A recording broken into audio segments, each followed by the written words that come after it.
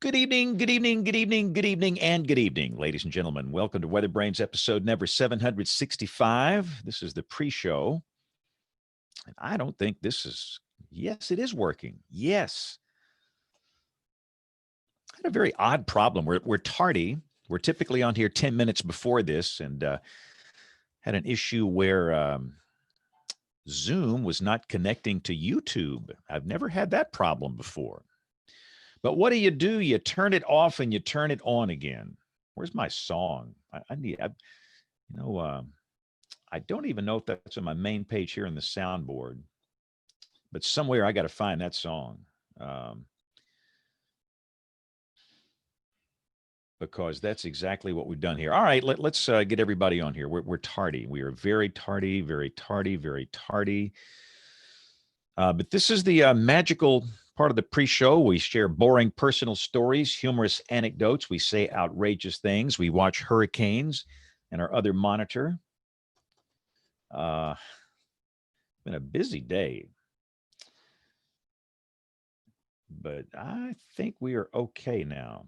Yeah, I will be slightly distracted for this show tonight. We're doing this on September 14th, 2020. We happen to have a hurricane in my backyard, and that always makes life about 73% more interesting when that is the case. And life gets a little busier. But here we go. So Nate has a question about AirPods. We could make this AirPods brain. Yeah. AirPod brains. So if you if you were to do this podcast using just your AirPods and not the golden PR40 that you've got there, would it sound like garbage or would it sound okay? Because I think it sounds pretty good. We've had guests that have used them, and I thought the audio sounded good. It's similar to the old, wired earbuds, that came with the phones and the little mic that was on the wire. But I think it's a little better than the wired headphones. Okay, because I did some recordings over the last couple of weeks for different things, for NWA for one, and the audio just sounded awful, like telephone quality awful. And I couldn't figure out what the deal was other than I was using these. And I had, I've got the podcasting set up here that I'm using tonight that the kids like to come in and play with the knobs. And I didn't realize it until too late. And I had to go dig up the the picture I had of what it's supposed to look like. So, yeah. Well, your audio sounds great. Excellent. Right. But I mean, there's only so much you can do with this 10 or 1 I got rocking here. But and I had a crisis the other day. I came back here and they were in the process of redoing my closet, and I could not get in here to record radio. So I actually used the internal mic on this laptop, which is obviously a huge no-no in the recording radio weather. I mean, this is broadcast commercial radio, and they never knew. I mean, that's how good the audio is on this. And I had to replace my computer, my 9-year-old computer last year, and it's the same system that they use on those speakers, the smart speakers. Yeah. And it's really good. The camera's horrible in this thing. It's the camera is really bad, but the audio is really good. Yeah. So it's funny that the camera, the crappy camera, there's 2 cameras in the iPhone that I have, and the crappier one of the 2 is still better than what comes in the MacBook. And you'd think that they would actually put something decent in the MacBook. Maybe they will now. No sense. Yeah. And by the way, Bill, don't count on it. Taylor is not going to be on the show tonight. She is wise beyond her years. I'm telling you, she's one of the greatest hires we've ever made. She sent me a text and said, is there any way I could opt out of WeatherBrains tonight? I'm going to come in extra early tomorrow. I'll be in extra early on Wednesday, and we might wind up working tornadoes, and I might wind up staying, and I need that extra 3 hours of sleep. So I said, you skip the show. We'll get you back on here. I mean, that's just awesome. I mean, she has a real servant's heart. And I know I say that a lot, but she's always asking me, what can I do for you? What kind of graphics can I build for you?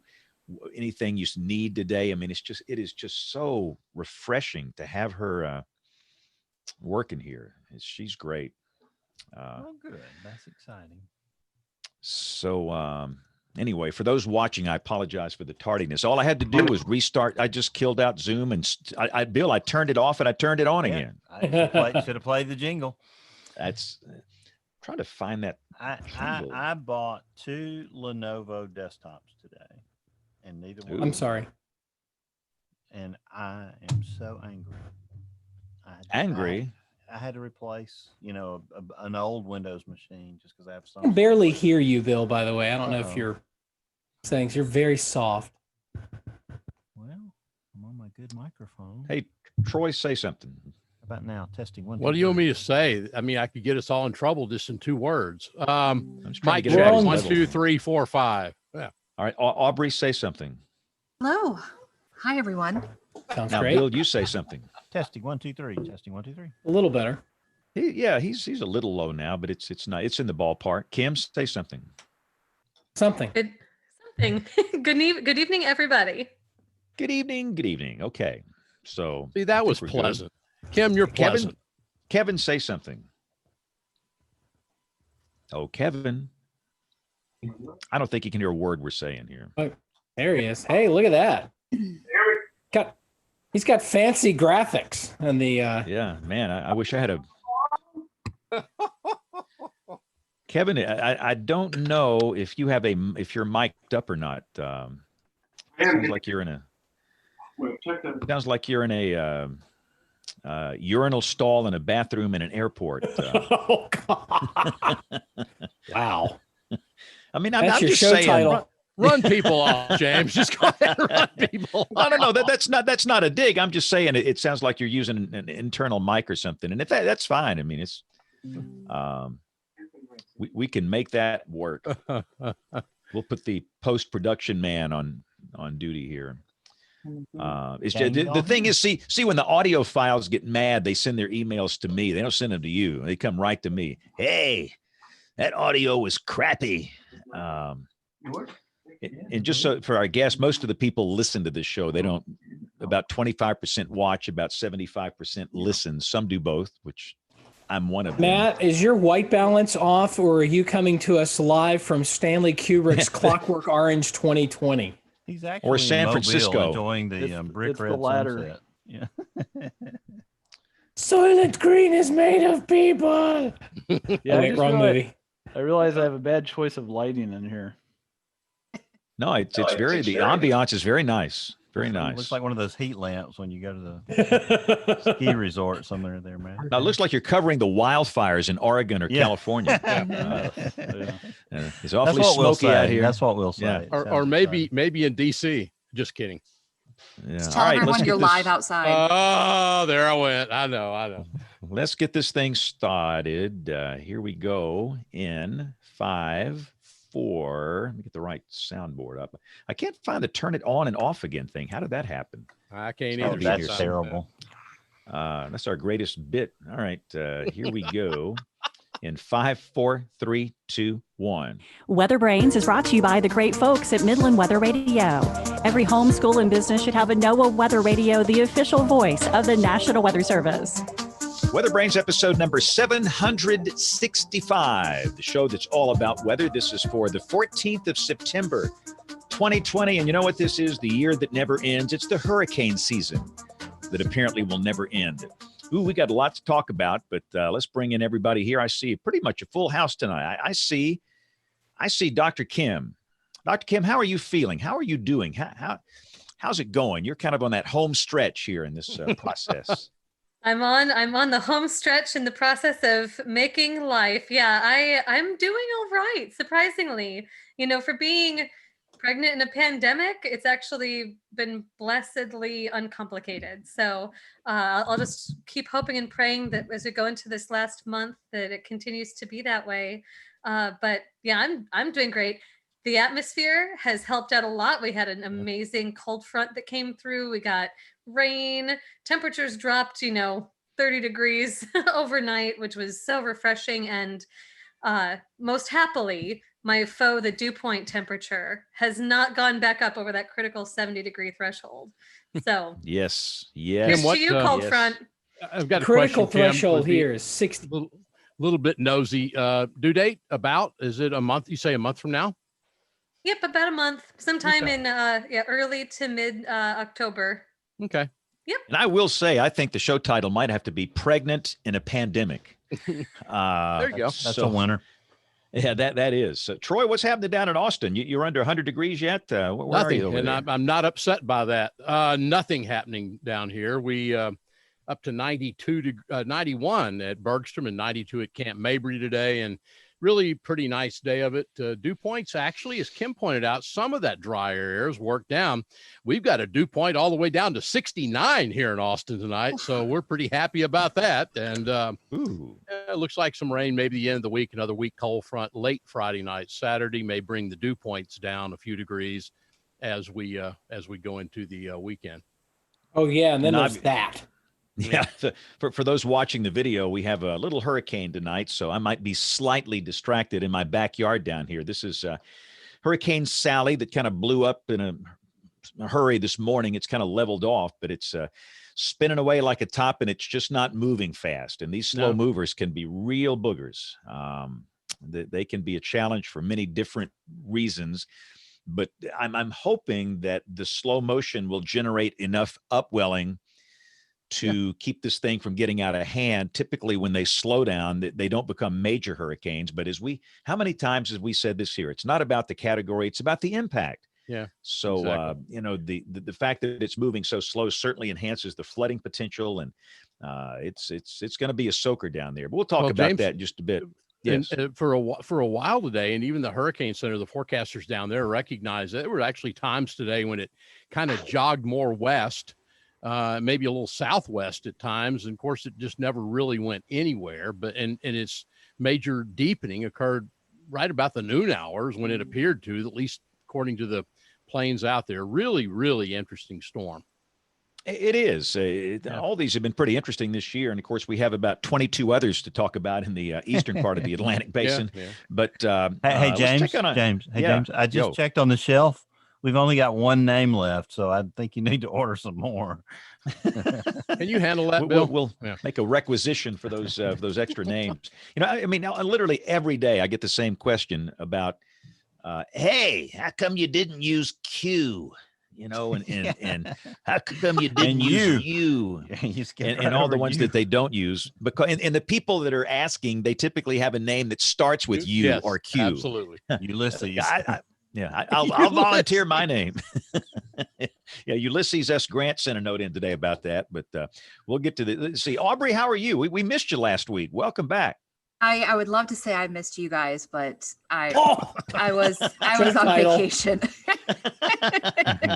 I did miss you. If I could have taken you to the beach, I would have. It was you had a great time. So, and I'm back for a little bit.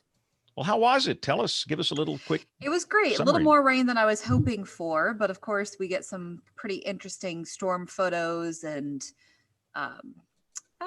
I had a better view of a rain shaft than I did a shelf cloud, but there was some good lightning one night. And, even with some of the rain, I was able to get out on the beach every single day, at least for a little bit. No one else went out on the beach, but it was cloudy and drizzly and I was there. Awesome. Well, congratulations. I'm living my life through people that have vacations. See, I've not had a vacation day since 2019. We're a little short-staffed here, and I'm hoping I might get Christmas off, but I'm not complaining. I will never, ever complain. I have a job. My paychecks don't bounce. I love what I do, and I'm not complaining. But the thought of a vacation day sounds rather appealing. Nate, when was your last vacation day?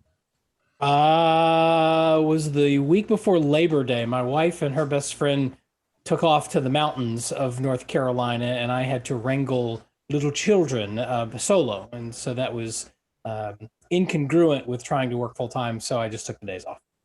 So when does NC State play football, Nate? When they play football this coming Saturday, 8:00 against Wake Forest at Carter Finley Stadium. Well, give us a preview. NC State is favored by 3, and the weather looks great. Yeah, weather looks really good down here for the weekend. But Bill, let's bring in our guests before they run for the exits. Yeah, already. Yeah. James, first, I want to introduce our guest weather brain before we introduce our hot seat guest tonight. This guest was suggested by your really, really smart colleague tonight, Taylor Sarallo. He's a meteorologist, a storm chaser, a computer scientist, an innovator, a former parks and recreation manager, an outdoor enthusiast, and a father. All titles that describe Matt Haven. He's the data services manager at Barron Services. And Matt, we welcome you in tonight. You look like one of those sunsets from Mobile or Pascagoula or somewhere tonight. You know, I've always heard about those, Matt, when a hurricane's coming. You have these big brick red sunsets, and your room looks like that tonight. I'm actually in a tanning booth right now. Oh, Show title. Show title, exactly. Well said, Matt. Well said. This is going to be one of those shows where we have more titles than show. Yeah. I'd be calling James's lawyers again. Jeez.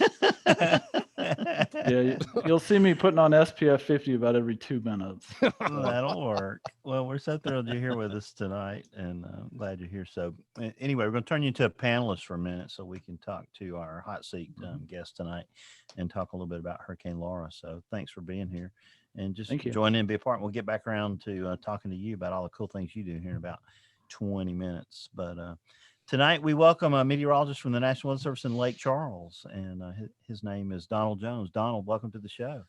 Hi, good evening. How are you? And you changed your name down there. I think you're coming from a relative's house or somewhere. I am. I'm actually still displaced from Laura. We're actually coming to you from Mandeville, Louisiana tonight, and I'm actually at my brother's house. His name's Kevin, so I'm on his Zoom meeting this evening, so we had to get the name right. But you got a serious display back there, so you can you might can give us a little briefing on our hurricane tonight.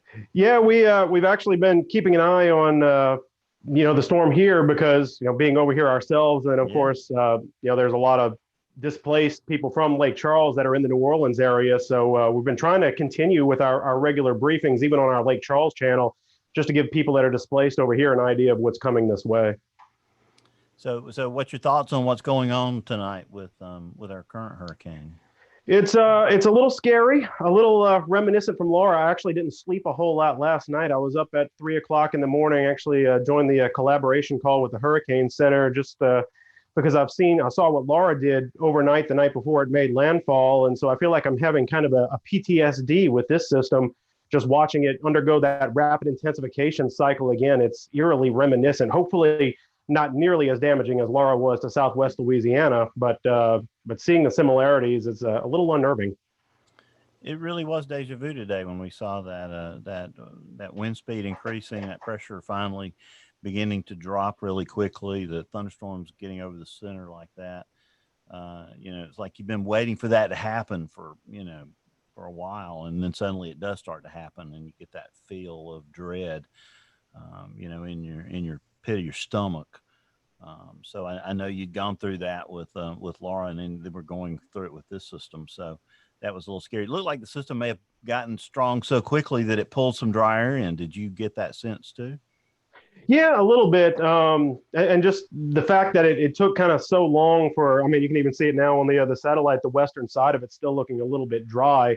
And I think that's kind of part of that. So, if there's any good news there, it's that it's not a completely ideal environment, but still expecting some intensification here before landfall. It's just the fact that it's moving so slow with this system that's the biggest concern for me. Obviously, even more so than the storm surge is the 20 plus inches of rain.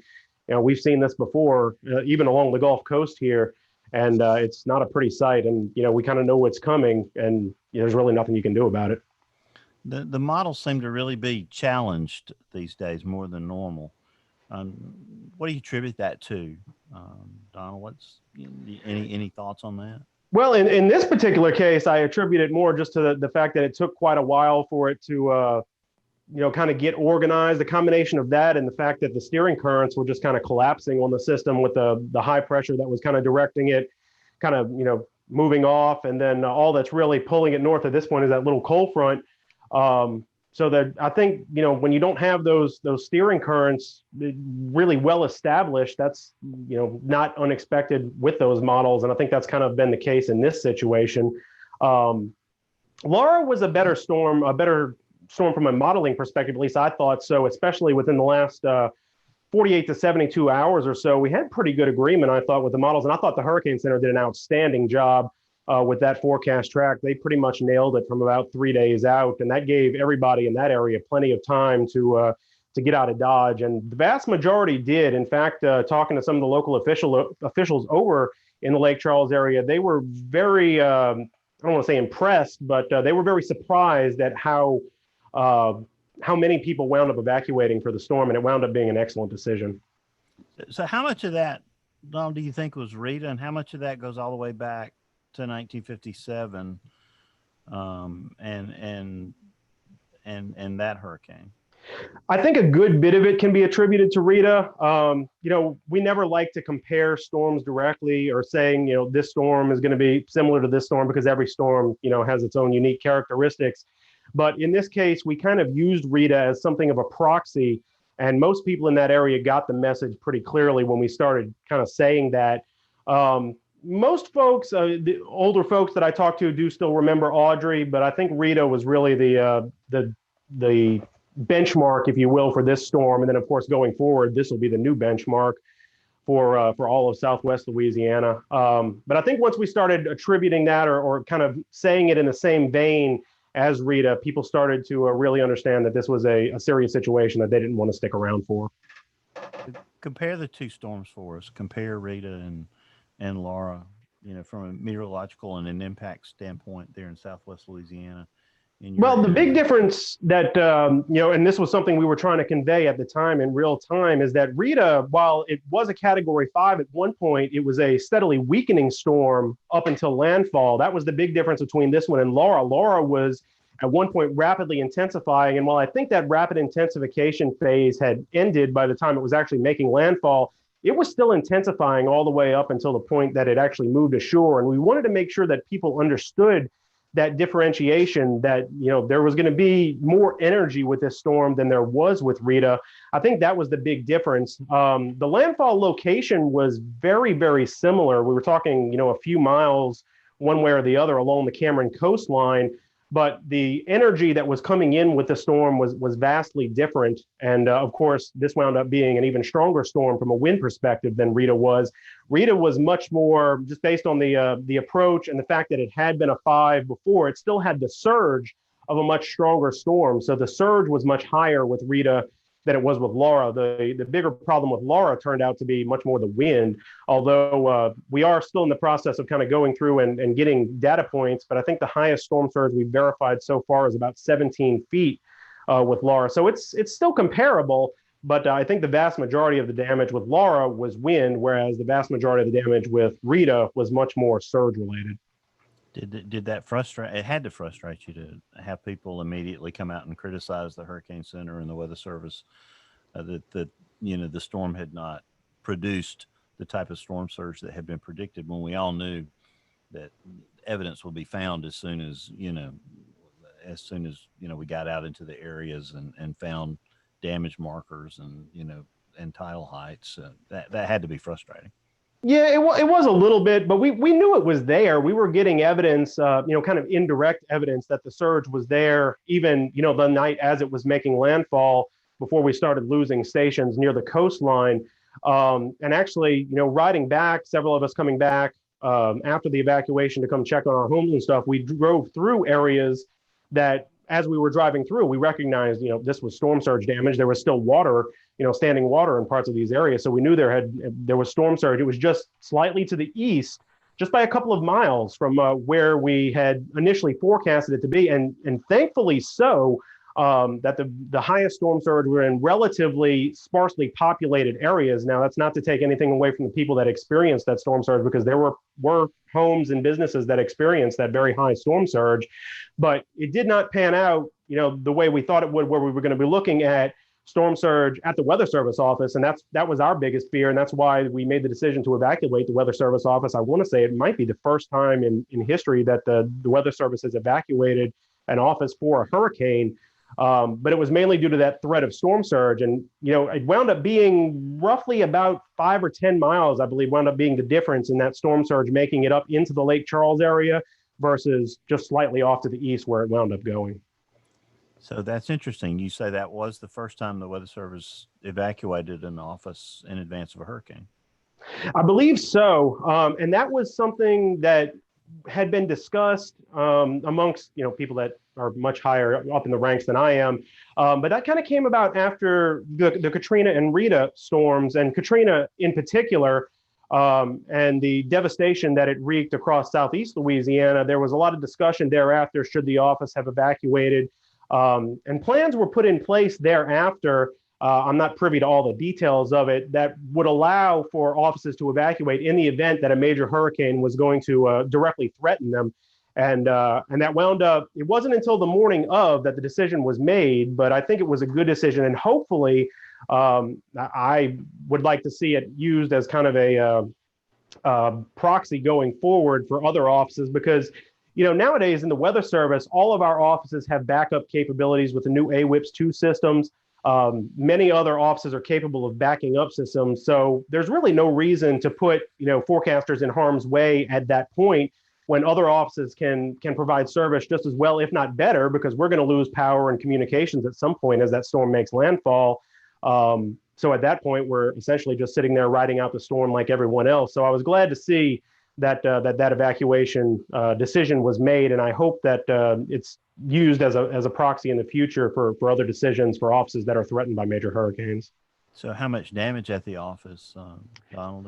The office itself actually did not experience much damage at all for the most part. We did have some communications issues. We lost our satellite that we get a lot of our data into. Was actually on a call a little while ago. They were actually talking about trying to get us a new one out there, maybe within the next couple of weeks. The radar, on the other hand, did not fare as well. The radar dome essentially blew apart. The dish is, we still haven't found the dish itself. We found pieces of the radar dome kind of scattered around the airport that we're located on. In fact, a few of our forecasters kind of gathered it up, and they wanted to sign it and hang it on the wall kind of as a testament, down the road, and everybody kind of wanted a little piece of it as a souvenir. So I think the radar is probably going to be several months down the road to get repaired, although the repair is already underway. They've cleaned off the pedestal for it, and they're seeing what kind of instrumentation they can salvage from that. But that was probably the biggest overall damage. We did have damage to our upper air building. Of course, it's a big, large building with large garage doors, so those were blown pretty much clean off. But I think that'll be a relatively quick fix. But the biggest and the longest term damage that's going to take the longest time to repair is definitely going to be the radar. Donald, Troy here. I'm going to lead us in a way that we're going to, it's really amazing to me to see how the Weather Service has that backup available. And I know for y'all, Donald, in the office in Lake Charles, I cannot say enough for the forecasters at the WFO down in Brownsville. They have been an amazing help to y'all. They've really done a really good job, I think, in helping y'all. I even noticed today for a while that Brownsville had to give up I think part of their service to San Juan today for a while. Even in that process, they even saw that change over today for a few hours. I have to commend Tyler and the folks up at Region Headquarters. I've never seen an ASOS so dissembled by parts of buildings on the main airport that blew west in that north eye wall right into the AWOS on the ASOS rather on the west side of the airport. But that thing is actually up and operating through y'all's office. The ACU in your office is still working, and somehow we're getting weather data from out on the field still. So, your electronic technicians have done an amazing job down there in trying to get the place ready for y'all. Let me ask you a question. What about you and your family and your place in Lake Charles? I assume you and your colleagues are okay. Did we lose any homes or anything from staff or anything? Well, first, just kind of going back to the job of the backup offices, Brownsville has done an outstanding job with regards to backing us up. And they're not the only ones. We've actually had 3 or 4 different forecast offices kind of taking bits and pieces of our operational products to send out. And at one point, Brownsville was actually doing Facebook Live briefings for our social media while we were evacuating as the storm was making landfall. So that's when I was kind of talking about different offices all now having the ability to back up a single office. That's, I think, an excellent support to have, that even if one backup office can't handle it all at once, you can break it up now and have several different offices kind of support or even take over entirely a single office. And that's definitely, that came along when we switched over to the AWIPS 2 system, and it's definitely been a great feature to have, and this being a perfect example of that. With regards to how we fared, well, first and foremost, everybody is alive and well and accounted for, and nobody was hurt or injured. Everyone essentially evacuated in some form or another. And most of the homes of our employees fared pretty well. We did have a couple of employees that had several trees on homes that did cause some pretty catastrophic damage.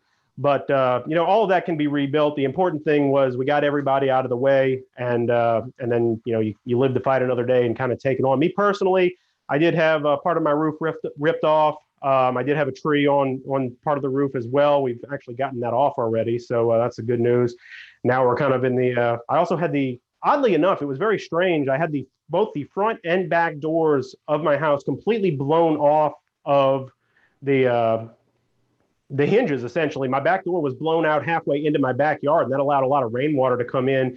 And it was interesting because the wind was actually blowing parallel to my house from east to west in the northern end of that eye wall. So it must have been some kind of turbulent eddy kind of rotating around the side of the house that pushed that door inward.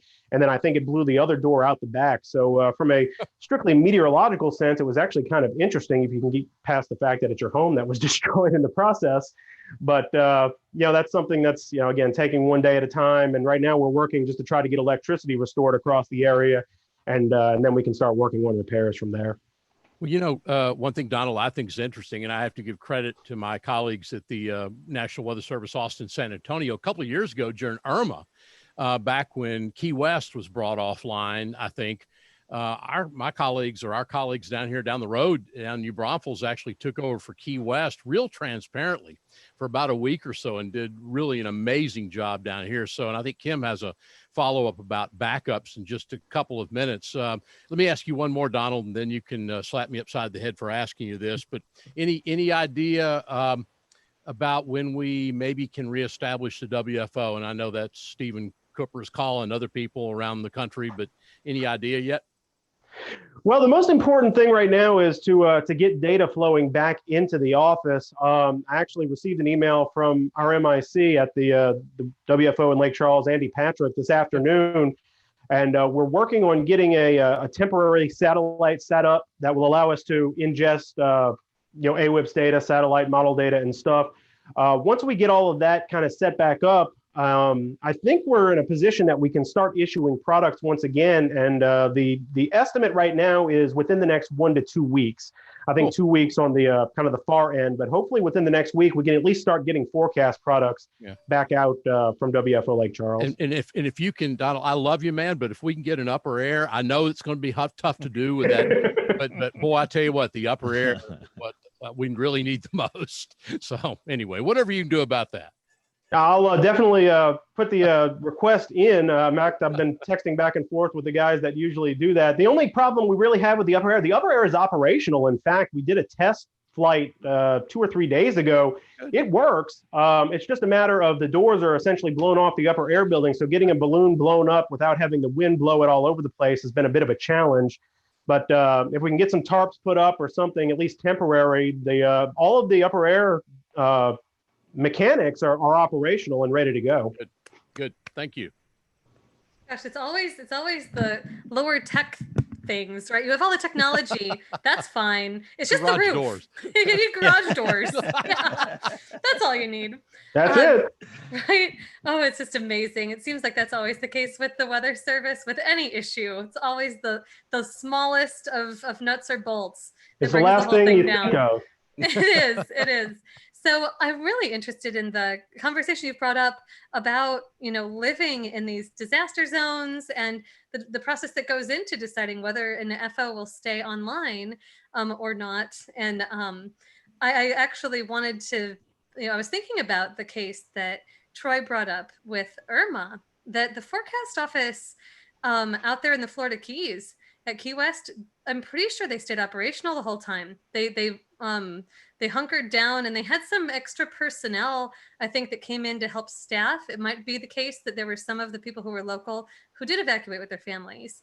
So I think, when we're thinking about you guys possibly having been the first to evacuate ahead of time, that's pretty remarkable, because there have been some forecast offices that have been really directly in the path of very substantial hurricanes, and that decision wasn't made. I'm wondering if you know a little bit more about why in particular this time you guys got that call and other offices didn't. Was it just that the Weather Service hadn't yet been set up to do this proactively?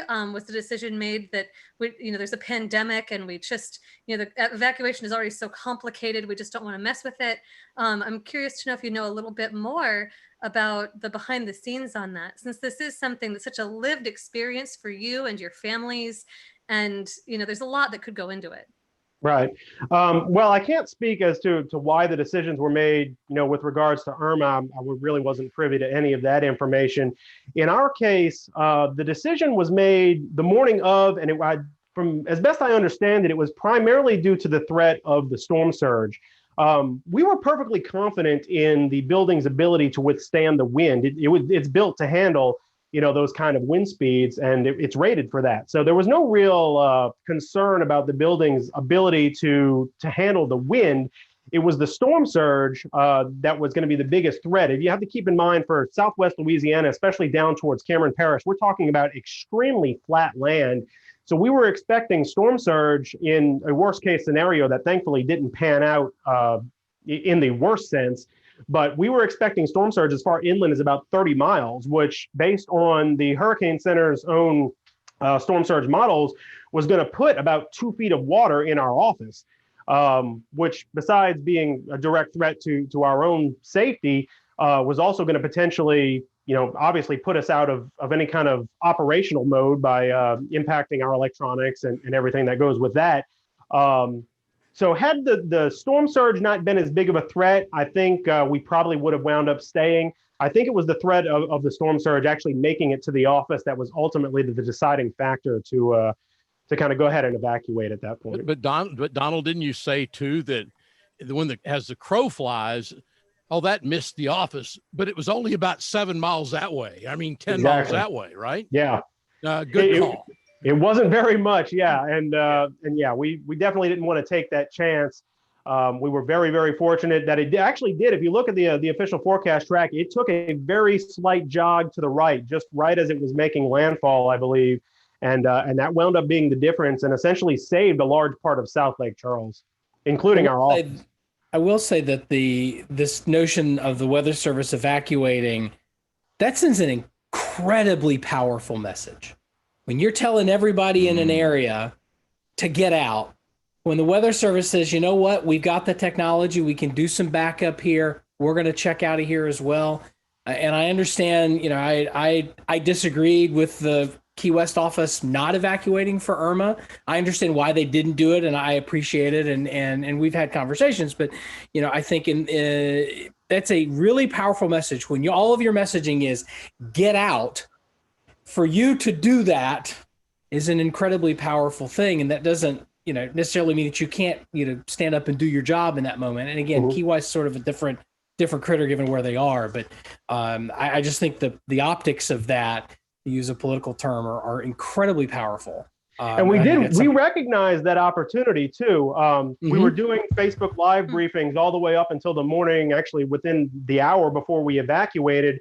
And we did use that messaging to kind of get our final point across that, okay, we're leaving, you need to get out too. We recognized how powerful that statement was, and we wanted to use that kind of as a last ditch effort for those who were still kind of on the fence. There was still probably about 8 or so hours to go before we were going to be looking at tropical storm force winds kind of moving into the Lake Charles area. So we were trying to give people that final push. And I've gotten a lot of feedback over the last couple of weeks that they did say, we saw that you were leaving, we decided we needed to get out too. And I think that was a very powerful message.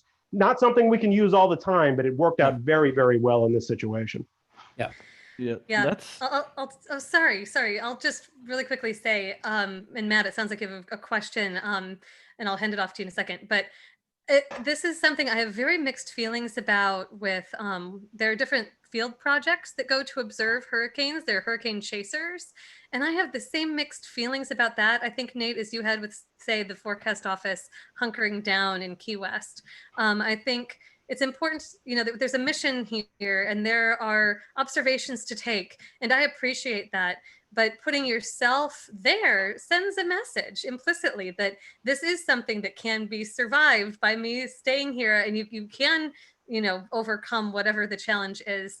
That kind of runs counter to the official message. So everything you guys are talking about, I think there are a lot of intricacies we need to think about, that we're part of the system. We're part of the emergency communication system, whatever branch of meteorology we find ourselves in, or whatever task it is we're doing. So we just kind of have to weigh really carefully, how important is it to be there ourselves to get those observations or to provide those services. Anyway, so go ahead. I was going to say, in the case of Key West, the way it was explained was, having somebody physically there because they think they're co-located with the EOC, they're in a reinforced building. I mean, there's having physically somebody there would be able to provide a level of service that would be very difficult to replicate in a backup sort of a situation. So I understand, why they did it, but at the same time, there is a question of optics, and they recognize that too. I forget who it was that I had chat with on Twitter. We went back and forth, and it was one of those agree to disagree kinds of things. I think I understand. I think why they chose to stay.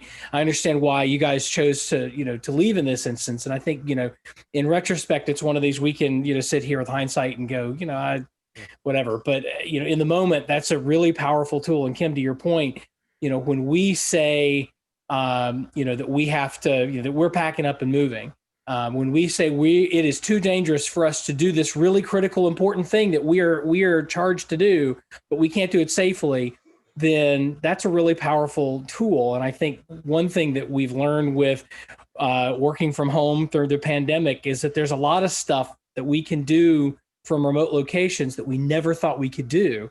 Obviously, you have to have reliable communication lines and that sort of thing.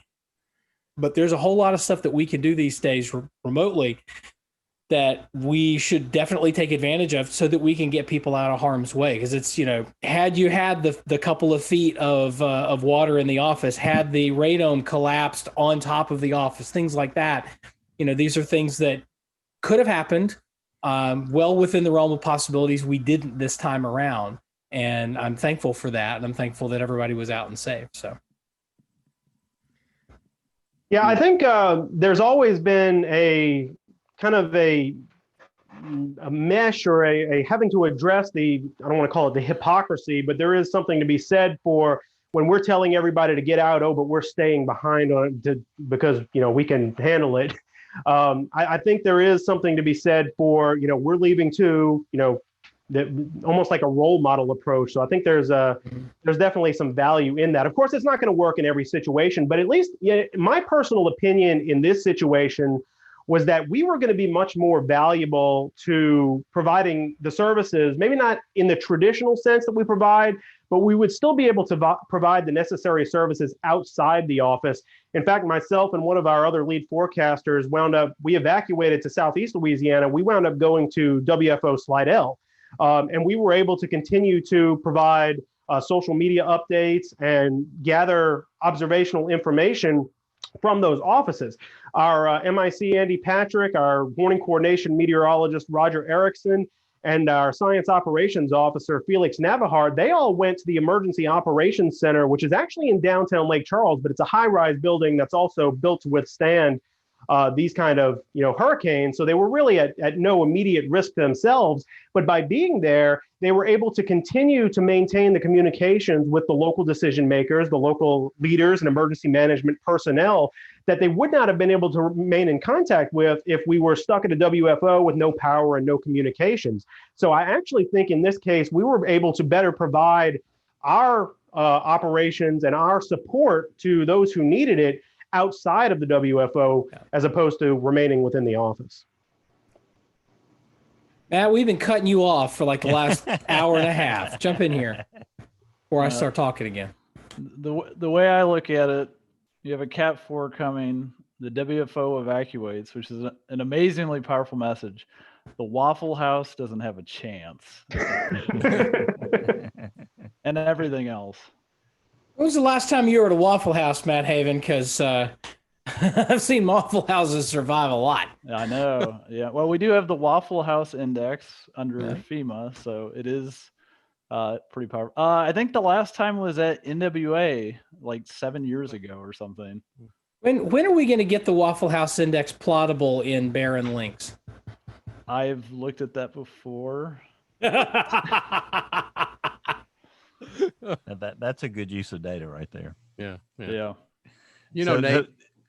Please go ahead, Troy. No, I was just going to say, being somewhat familiar with the situation that Matt and his colleagues had down at Key West back during Irma down there. It's exactly what you said, Nate. Monroe County Emergency Management, they're all, I think they're all, in fact, they're not in necessarily the same building, but I understand that they actually moved into the Weather Service during Irma, even though they handed off the responsibilities to Austin, San Antonio after the fact, after it moved through. But Key West is kind of an interesting place. It's sort of like some of those outlying places where there's almost like a special, more than a special relationship between the community emergency management folks and the Weather Service. And you see that in places. I've been out to the Weather Service in Guam. You see that out there and in some of these places that are sort of remote. And in addition, I guess WFO Key West, correct me if I'm wrong, is probably one of the newest buildings, Weather Service buildings, because they redid it. And of course, I think it goes to Cat 4 as far as being rated is concerned. So, and one other thing too, Donald, I'll tell you, this goes from my years back. My grandparents lived in southeast Lake Charles for a lot of years. So as a kid, kind of ran down and used to go to the old Weather Service building, which I think y'all still use there at the airport. And the thing that always amazed me about that airport is how low lying it really is in Lake Charles.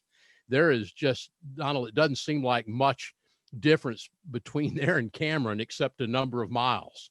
It always seemed like it was very low elevation in that area. And it always kind of scared me a little bit. Yeah, you're absolutely right. The old Weather Service office is actually still used. It's on the Lake Charles Airport property. It's now an administration building for the Lake Charles Airport, but it's right next door. Yeah. So we still drive past it every day. But yeah, the big story that a lot of the guys that have been there for a long time like to tell is back during Hurricane Rita, the storm surge actually came up to the airport field. They could see it. Just looking out the front door across the street. That's how close they were to getting water into the building during Rita. And this, of course, expecting to be even a stronger storm, that's, kind of led to that whole, we may have storm surge in our building. But yeah, there's really nothing. Cameron Parish itself is essentially just a swampland for the most part. The city of Cameron has some buildings that rebuilt after Hurricane Rita, which completely leveled the entire parish, essentially. Now, they're built about 30 feet in the air on big pilings. You almost need an elevator just to get up to the ground floor of them. But there's really nothing between the coastline and Lake Charles itself. And the Lake Charles Airport and the Weather Service office sits right on the southern edge of the city, only about less than a mile from the Cameron Parish border. So, there's really nothing to stop that water from coming all the way up into Lake Charles. And that was the biggest fear because it's essentially completely flat the whole way. All right, Donald, we kept you long enough here. I know you've got a lot going on. Anything else you want to tell us? Make sure you get in. I've heard you called a social media hero in this whole process. That had to be tough doing that from far, far away. Any pro tips you want to give us right before you head out? And you're welcome to stay to the end, but I know you're far away from home and really busy now, so you decide. Sure. No, this is actually a very interesting conversation. I'd be happy to keep listening in. Well, stick around. We'd love to have you. Yeah. By no means do I consider myself a hero by any means. We started. I've kind of taken somewhat of a lead on our Facebook Live platforms, which is something that has gained a lot of attention across our area. And it's been a very useful tool with regards to getting information out. We've been doing it now at the Lake Charles office for a little over 5 years. We've done it for tropical events. We've done it for severe weather events. Earlier this year, in fact, we had a very long-lived supercell tornado that moved across northern parts of our area, across central Louisiana, that was on the ground on and off for almost 3 hours. And we were able to provide live, kind of analysis of that pretty much throughout the whole time. And, we've gotten a lot of very positive feedback with regards to that. And I think it's something that hopefully is going to continue to spread throughout the Weather Service, because I think there is a place for it. It's a very useful tool. It's still in the experimental phase, so it's very early, but the feedback has been overwhelmingly positive. So I hope to see that continue. The only other thing that I would mention, and this is just something that I came on here to talk to you this evening, and something I wanted to kind of discuss. It's something that's going to stick with me long after this storm is over. It was actually the night before the storm made landfall. I had finished up a Facebook Live briefing at the office. I'd gotten back to my house. It was about 12:30 at night, and I got out of my vehicle, and I was just standing in my front yard, just looking up at the sky. It was calm. It was clear. There wasn't a cloud in the sky. It was a very surreal feeling to kind of understand, what's about to happen. But if you were just to look up at the sky, it's another August night. It's hot, it's sticky, it's South Louisiana, so of course it's miserable and there's mosquitoes everywhere.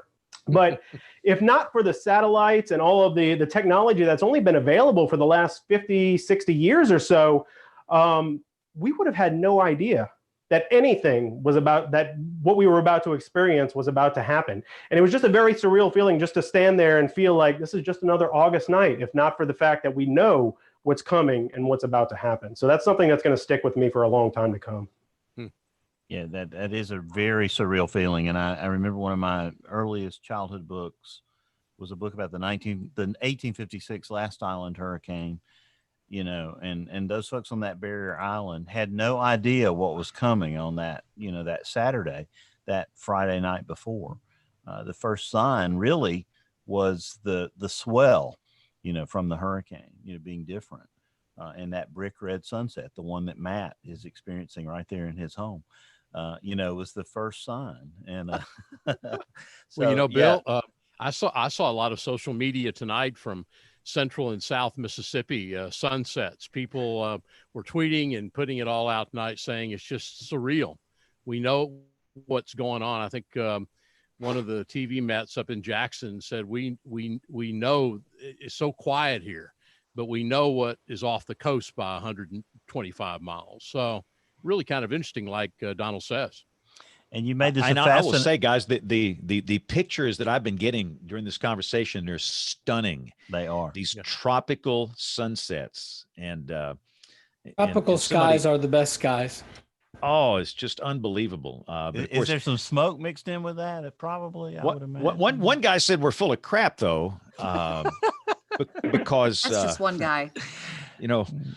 Red sky at night, sailor's delight. Oh, that's true. There's no, and he said there's no hurricane coming because these old sayings. These old people knew exactly what was going to happen. You guys don't know anything. So this guy. You could post that you are going to write a check for $1,000 for everybody who watches WeatherBrains, and there'd still be people arguing. We've had this conversation. Yeah, exactly. Let's leave. Just don't give them the time of day. Yeah, sunrise. Enjoy the sunset. Enjoy the sunset. There's always that guy. There's always that guy. There's always one. Yeah. Yeah. Well, Donald, thank you. Please stick around. You're welcome to stay. Now you turn around and you'll ask Matt some questions, and if you think of anything else you want to add. But we're so thrilled you joined us tonight. Thanks for making it a fast. Sure. Thank you. So, Matt, welcome to the show. Finally, I'm sorry that we kept you waiting. It was a great conversation with Donald, and we're so thrilled you're here. Tell us about what you do. I think it's really fascinating. Well, right now I'm living on the surface of the sun, and you're on the first mission to Mars, huh? Yes, yeah. Elon and I are good friends. I like the tanning. I like the tanning booth line better. Yeah, this works pretty well. But yeah, I'm the data services manager at Barron, which means I do whatever they tell me to do. Yeah. So I'm a meteorologist and a computer science junkie. That mix, very similar to Nate. Nate and I actually used to work together 1,000 years ago. So at least it feels like it. But yeah, just, I mean, the neat thing is just always looking at, new forms of data, new, ways to interpret data, new sort, ways to cobble things together. We've got customers all over the country and all over the world, so there's always new insights. So every day at work is totally different than the last, which is really, really, really fun. I love it. Well, how'd you get interested? I'm sorry, Troy, go ahead. No, I was just going to say, Matt, you really look. I've been in TV, and I go back, and I'm through TV a customer of y'all's. To look at Barron's and what that company has done, that's truly amazing to me. What y'all have done through the years, and how you've taken something that was relatively small and primarily radar driven in the beginning, I guess. And it's just really amazing what Barron has ended up doing through the years, and what the company has done and what they've contributed. Yeah, it's been really neat. Just as an employee, I started in 2007. I worked in the weather industry elsewhere before going to Barron because I was a severe weather junkie, and I really wanted to work, with that team on neat new severe weather stuff. But working under Bob Barron, it's not just about business. To him, it's personal. Goes back to the '89 tornado in Huntsville. So I've watched more than once since working there. We'll have a project and it's like, oh, well, this, maybe this isn't really going to make money. And it's like, it doesn't matter. This is going to be better for everyone.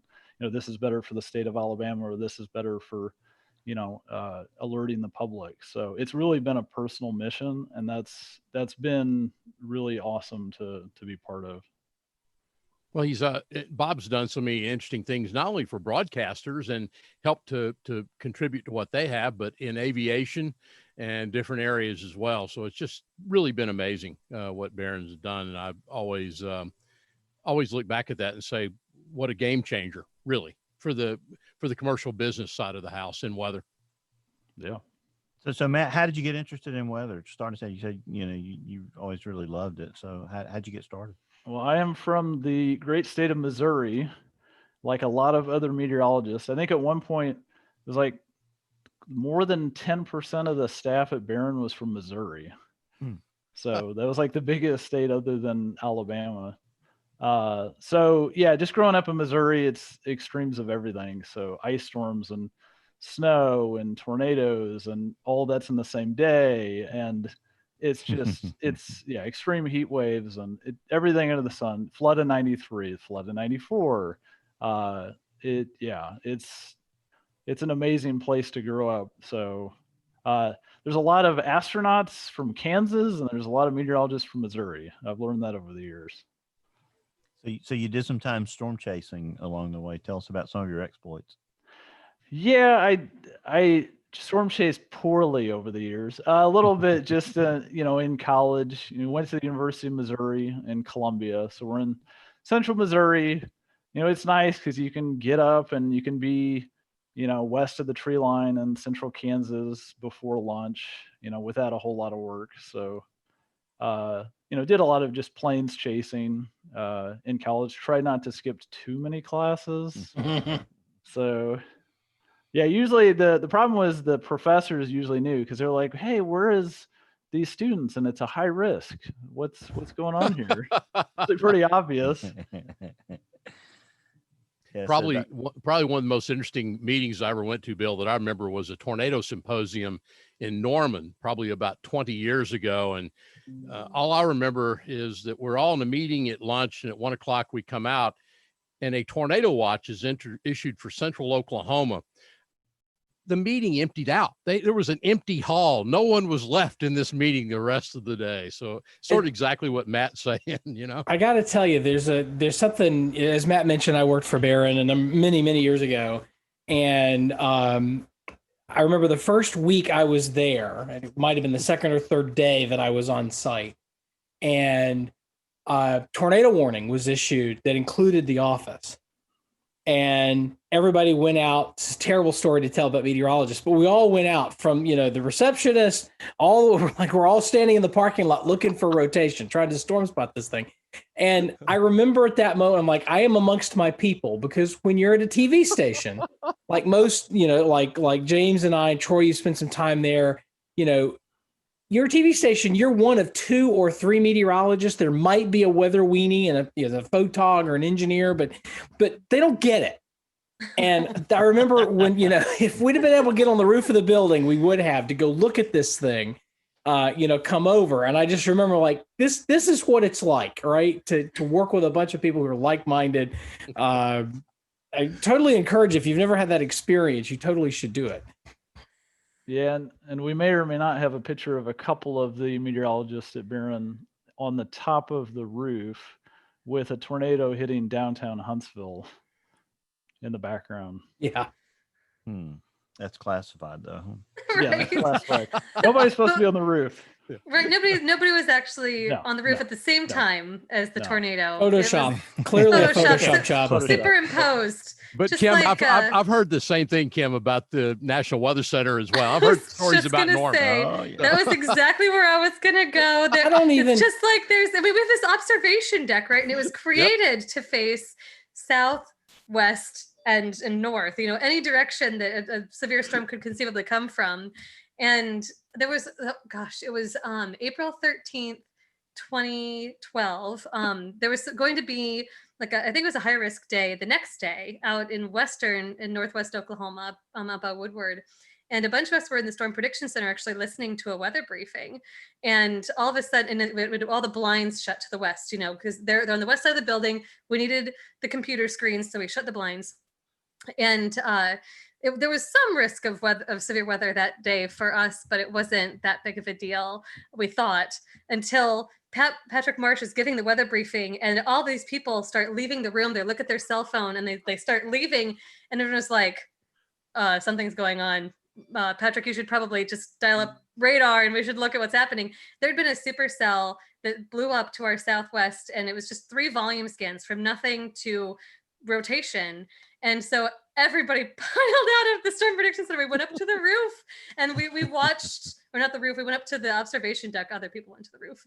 And we could see the meso, just rotating. And the dean, actually, or the associate dean, Kevin Clazel, came up and had to shoo us all out. And he was like, "You guys are meteorologists. You can't be doing this." And I saw the cone of the tornado come down, and it was going across, north of us in Norman. So yeah, I guess we're not immune.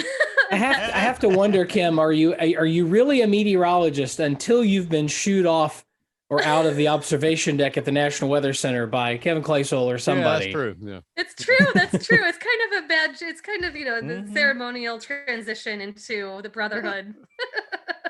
The brotherhood of bad decisions. So Matt, when you were chasing, it was harder. And part of that transition, of course, is this. This makes it easier. Yeah. But there was a product in the middle, and I won one of them at the National Storm Chaser Convention. That was that Barron ThreatNet thing. Mm-hmm. I never win anything, any kind of lottery or raffle or, I don't even enter them. But, at this event, they call my number out and I get this crazy thing. And the next spring in 2004, we used it, and went out there and saw, in the Harper County, I think it's Harper and Sumner County, Kansas, saw like 11 tornadoes in one afternoon. But that was the game changer, having that data, because we had pulled up in enough days in parking lots and been shooed out, by angry hotel managers, for stealing their Wi-Fi over time. And that thing was a game changer. Is that still around? I still have one back here in the old weather storage room. Does it still work? Yeah, it still does. And that was kind of the era I was storm chasing, was the early 2000s. And it's kind of amazing how much things changed from like the late 90s to, the first iPhone in 2007. Like for chasing it went from like, this incredible mix of like skill and art and science. And I mean, it was really hard. You actually had to pre 2000, you probably were a ham radio operator, and you had to work really hard to get what you were looking for. And I still remember, the Wi-Fi going up in truck stops in 2003, 2004. We had Baron ThreatNet, which, felt like science fiction. I was using that chasing. First came out in 2003.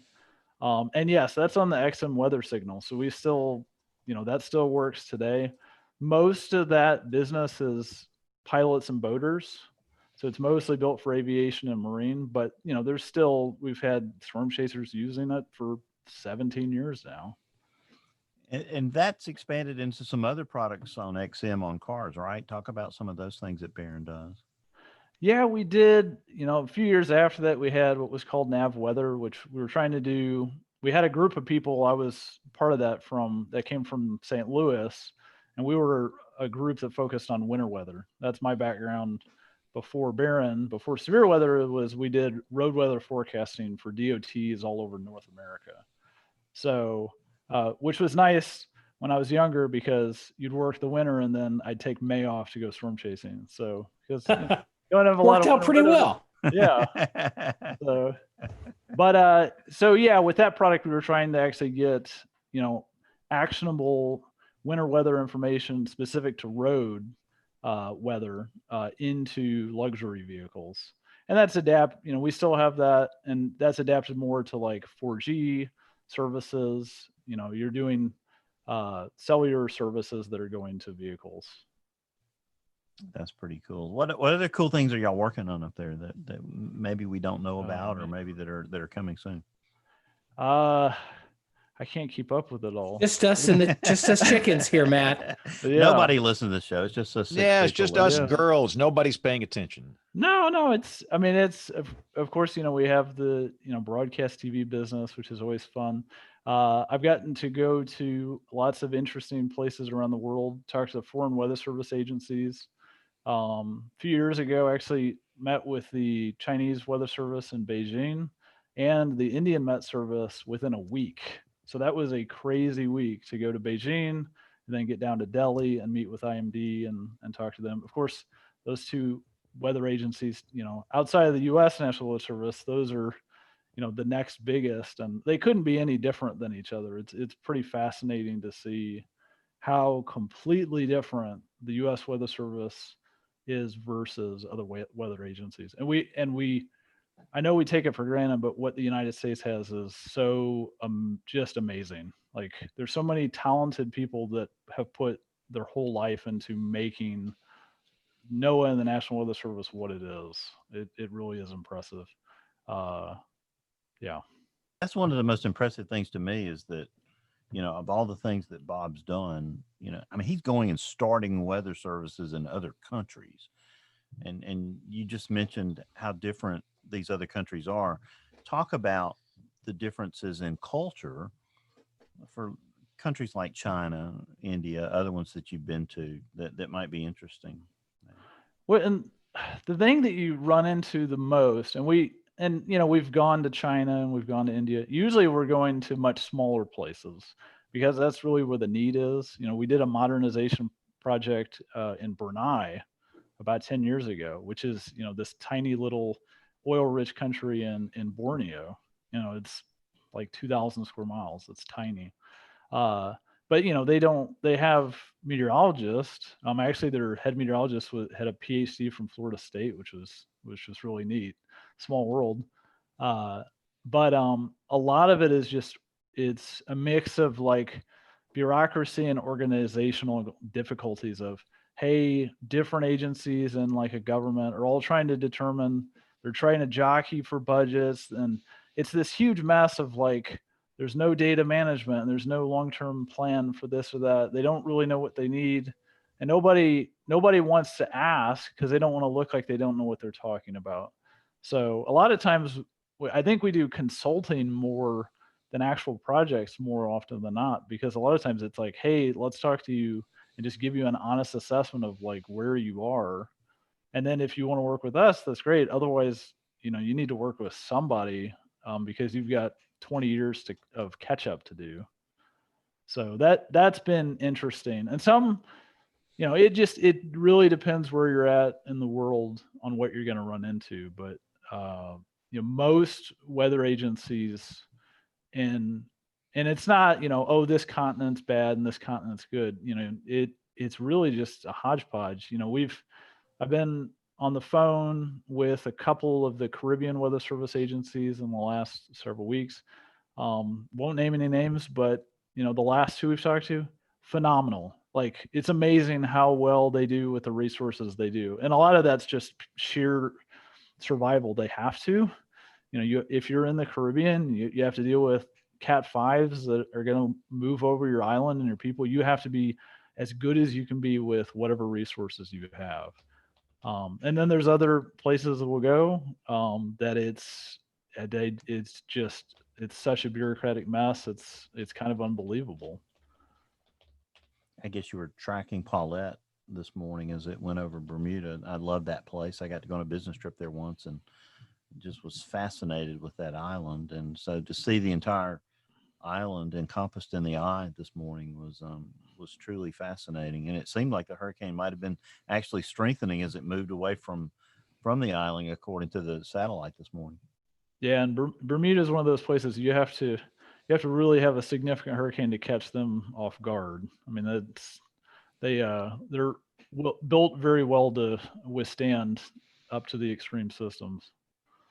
And this one was pretty close to the tops of what they've experienced. I mean, it was in the top 6 or 7, I would think, at least from the list I'd seen. I guess by the time you get up to that latitude, it's hard to get a hurricane that's much stronger, but 105 or so miles per hour is about as strong as one's ever gone straight over the island. So this was pretty close. Yep. So that's pretty interesting. So you started out meteorology, right, in school? Did you take a lot of computer science? Did you get a dual degree? What was your educational background? I think for a while, I was the only dual computer science meteorology student at Mizzou out of like 30,000 people. And everyone's like, "You're crazy. You're dumb. What are you doing?" I was like, "Oh, thanks."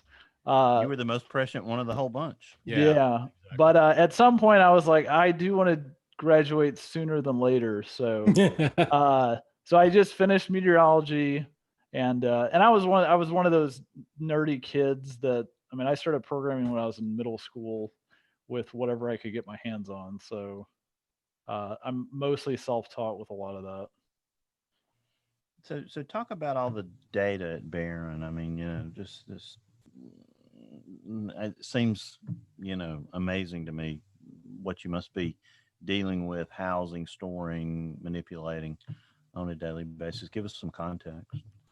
Yeah, it's, a lot like the computer revolution. It's just one of those things that just ramps up more and more and more as time goes on. We go back to where we were in the 90s and, getting on the internet, it's like, we can send data through the internet. This is amazing, and it takes you, overnight to download an MP3 or something. And, but, Barron, even in the late 90s, they were shipping quite a bit over the internet. And if you were shipping, 10 megabytes a second, that was an insane amount of data to have to send. And nowadays, we have, especially in the afternoon, in the summer, now that we have the GOES-R series satellites and we have all the data, which is just a massive, massive amount of data with the GOES-R series, which is wonderful. But when you're shipping that data out, we've got two 1 gigabit plus fiber lines that can be almost full bore, and then also have, data out on the API that could be, multi-gigabit a second that's also sending data. So, you're talking about, it's not like, gigabytes and gigabytes and terabytes. You're talking about sending petabytes of data. And that, that actually starts to add up sooner than you think. So the data has ramped up, but fortunately everything to push that data has ramped up. So the servers that you're running are so much more powerful than they were 20 years ago. Most people have better internet than they had 10 years ago. A lot of TV stations have significantly better internet than they had a generation ago. So, you have a lot more data, but everything's so quickly going to fiber on both ends. which just makes things a lot better. So we're seeing, we have no trouble if whatever amount of bandwidth we have to get, that's what we're going to do. But we actually see less and less issues on the receiving end than we used to, because people's internet, at least on the commercial side, has gotten dramatically better over the last 5 years, even just 5 years. Now, you were behind the Barron Tornado Index, right? Was that your idea or your concept, or at least you worked on it, didn't you? Yeah, that was my idea, and that goes back to storm chasing poorly as a college student. I was getting sick of driving 600 miles and seeing the sunset in Nebraska, and I'm like, "Where's the storms? Come on, what is going on here?" So it's really, people are like, "Oh, it's so great you did this," we've gotten, I've gotten letters from different TV stations. I mean, my favorite one was there was a grandma in Mississippi that, we got a letter that, from the mom that's like, "Hey, your information saved my grandma's life," from the April 27th, 2011 event. So things like that are great. I love it. But I hate to tell people, I'm like, well, the original idea was I was just trying to find tornadoes, storm chasing. So it was a selfish thing at first, but once, and I had kind of the rough idea in 2006 from the 2006 chase season. And I started at Barron in 2007, and I met Bob Barron because I could hear him like on the other side of the building. You can't miss him. And he's like, I want a new tornado, and I'm like, I have an idea for you. I have no idea how to do it, but I knew what the general idea was. But the problem was, I got there and they're like, "Hey, Matt, okay, you have the idea, great. Okay, go do it now." And I was like, "Oh crap! How are we gonna do this?" So, but we did, and starting in the 2008 season, we came out with it, and the Super Tuesday event in February 2008, WMC in Memphis, the great Dave Brown was using it. Yep. Yeah, and he's like, he started out and he wanted it. He's like, I don't know if, this is the first time we've ever used this, so I don't know if it's gonna work or not. And they used it for like 5 hours straight during that event. So that was nice, because usually when you come out with something, it never works the first time. So, but a lot of, we did probably about 200 plus case studies for the research side of what went into the BTI before it came out. And so you're pretty happy with how it's working now, and you got it tweaked the way you want it. Yeah, really the only major difference, originally that was built for the ruck, and now a lot of it runs on the rapid refresh. Yeah, Nate's laughing. The ruck. Yeah, but I mean, we haven't had to change it that much. There's some newer things we're looking at. So there may be a newer version that comes out sooner than later that merges some more data. But I have something, a big idea that I would at least want to talk about tonight. And it's not a product we're coming out with. I just want to say, just so it sounds visionary, because we've seen enough in the last couple of years that I know this is where we're going. So I'm going to go ahead and say it now. And if it's, if people want to argue about it, or they disagree, or it's unbelievable, then I think it's a great conversation to have. And that's that I think we're going to get to a point in the next 20 to 30 years where we evacuate for tornadoes. Kim? In some places, they already do. Yeah.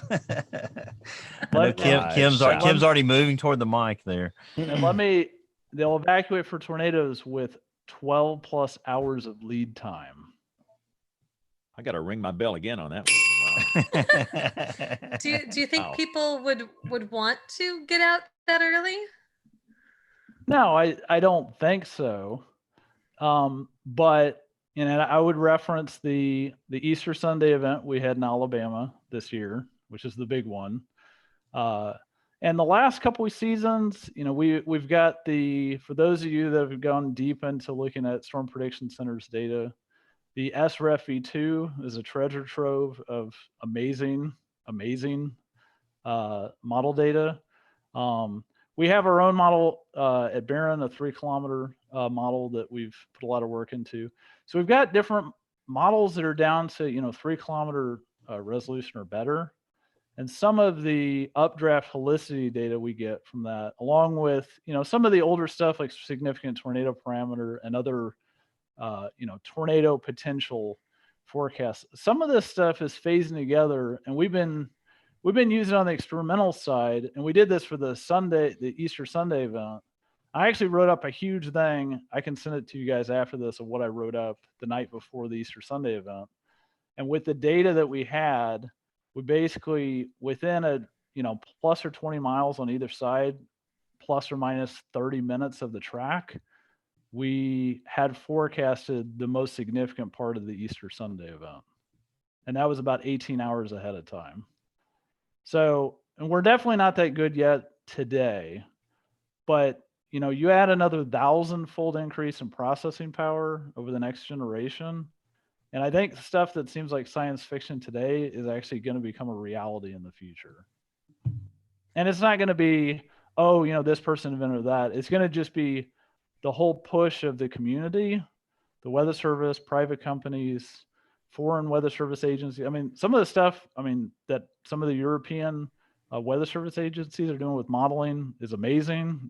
Getting into stuff that the rest of us haven't even started. So just looking at the international weather community and seeing, merging that with the advances in computing power that you're going to have, I think you could get to a point in the future that, you have something that's actually valuable of, hey, tomorrow between 3 and 5 p.m. in this swath, there's a very high likelihood of an F4 or F5 tornado. So we're at least going to give you the 2-hour window that maybe you should go somewhere else for a while.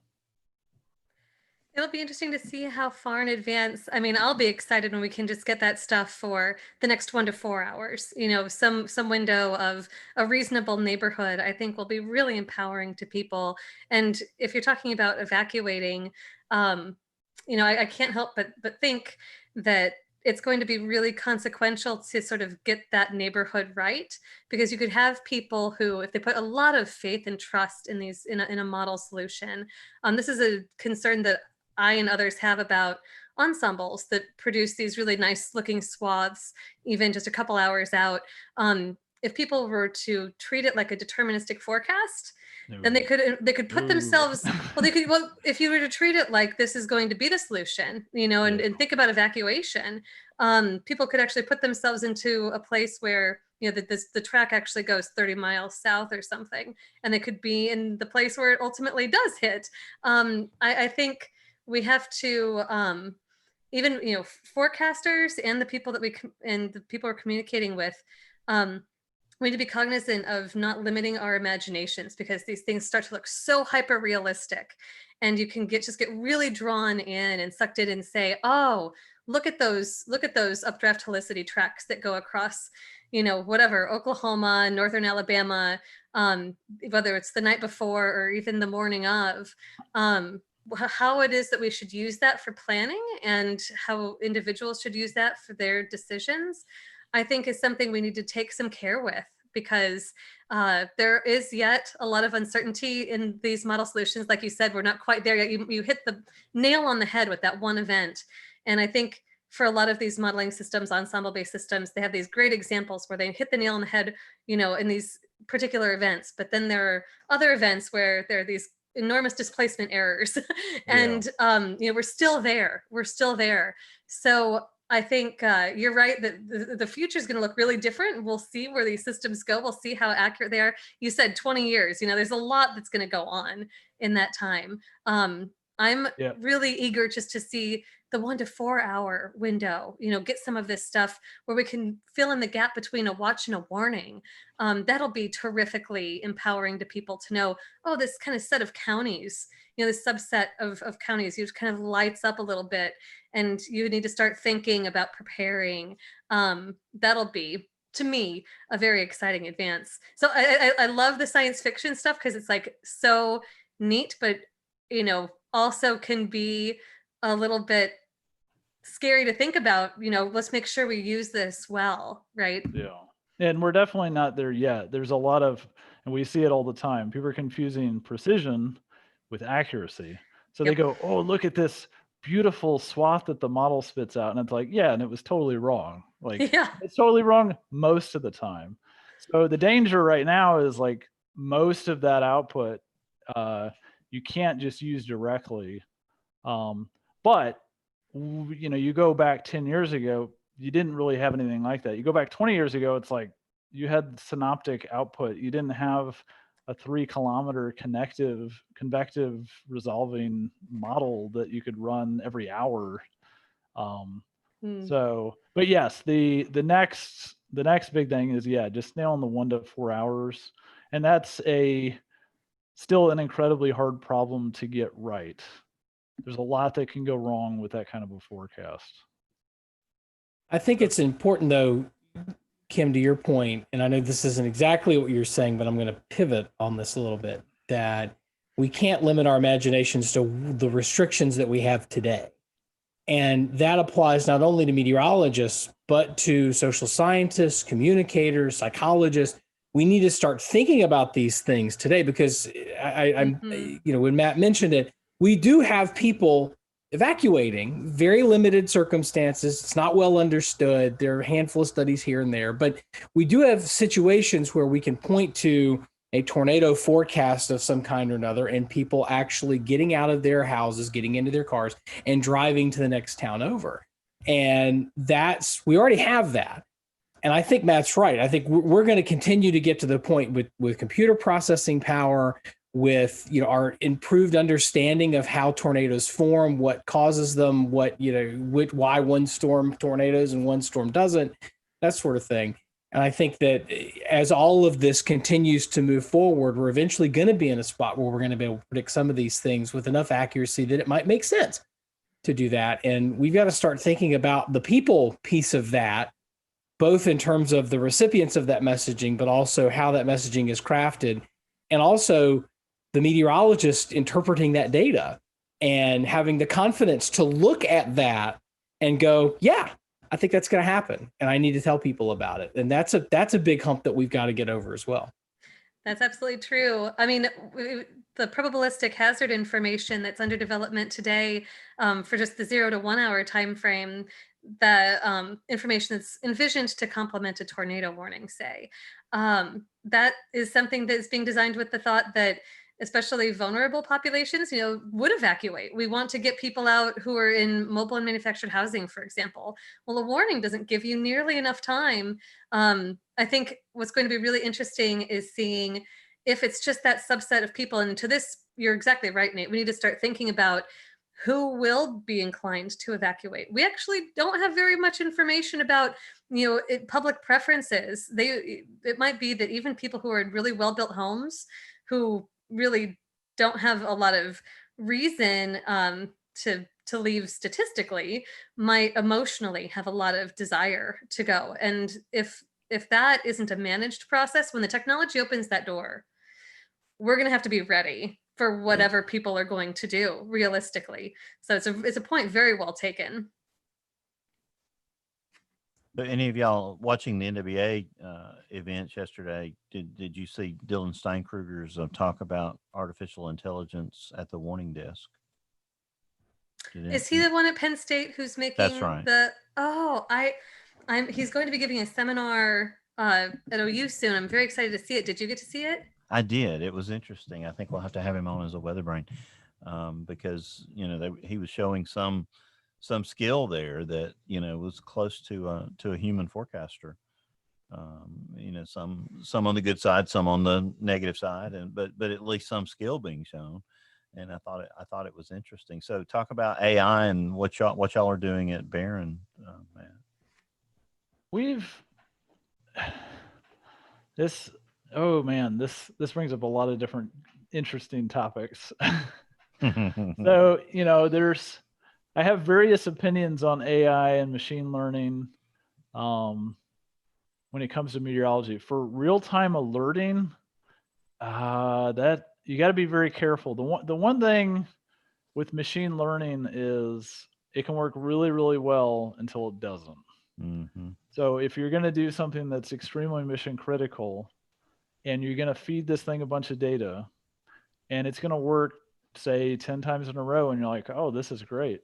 Well, then the next time it might do something completely insane and you don't know why. So the responsibility in computer science with machine learning is you better understand the data that you're feeding it and what's coming out of this thing. You have to fully document everything. And I think there's a lot of, at least, because we're still very early stage with machine learning in meteorology. It's already been used in a lot of other industries, but a lot of them, if you look at like Spotify or something, where it's like, hey, or Netflix, you feed a bunch of data, about consumer preferences into a machine learning algorithm, and then it spits out like, oh, well, you're not going to like Napoleon Dynamite. Well, nobody's going to die if Netflix doesn't figure out that you do or don't like Napoleon Dynamite. But if you issue a tornado warning in the Tulsa WFO based on machine learning, and your machine learning had some issue you didn't think, was correct, well, then, you're in a very different situation at that point. So anyways, with that said, at least where we're at right now at Barron, we're doing a lot of stuff, testing AI, machine learning. It's more for non-mission critical data sets. So like, hey, here's cool stuff you can do with GOES-R data. What neat things can you pull out of it? Trying to find, maybe patterns or significance with things that you didn't see in the past. I think there's going to be a lot of merging of machine learning and GPU processing for numerical weather model data. Most of the big weather agencies are just kind of getting started with that. If you actually look at like the Swiss Weather Service, they were actually getting into GPU years ago. So I think there's going to be more and more of that for just processing, and it's just a function of massive data. Like, hey, here's a petabyte of data from a bunch of sensor data. No human in their lifetime is going to go through all this, so you really need some better ways with AI to be able to process through all of it. And Nate, did you see Mike Farrar talking about models, the state of the models yesterday? I was in that. That was before I figured out that you needed the add-in for Adobe to be able to hear. So I've got to go back and listen to the recorded presentation because I can only get about 70% of it through the choppiness. But we really need to have him on the show too. So yeah, share those takeaways. The biggest takeaway for me is that for a year, starting next February, there will be no model upgrades to any of the INSEP model suite. None. Because they'll be migrating all of this stuff over to new computing infrastructure, which will give us a lot more compute power. But there'll be a period of time where we're sort of going to have what we have, and there won't be a whole lot of, if any, sort of improvements to it. And that was sort of okay. But sometimes that's what you got to do. That may be the price of progress. But, the idea is that, increased resolution, but also increased coupling between different types of models. And so coupling, for example, an atmospheric model on top of an oceanic model, that there can be a two-way feedback so that, for example, if you have a hurricane that's moving slowly, say, I don't know, Hurricane Sally, and it's hanging out right along the coastline, what sort of upwelling do you have? Well, that's really hard to do if these two models aren't talking to each other. But if they are and getting feedback in real time, then we may be able to capture that and understand that process a little bit better and forecast those interactions a little bit better. I think there's a lot of improvement that we can get out of the system by doing those sorts of things, not just throwing more resolution, although that can certainly help. But as you get finer and finer resolution and finer time steps, a lot of the assumptions that we are able to make at larger scales don't work. The whole idea of convection allowing models, non-hydrostatic models, are things that, have to be, the physics just get a lot more complicated when you start to look past those assumptions. And I think the computing power is going to be able to help that. But I think there's also a lot of opportunities for us to let these models talk to each other in a way in real time and see how different things interact. I know you wanted to ask something. It may have been about the last subject because I didn't see your note maybe till the last second, but it might be about what we're talking about now too.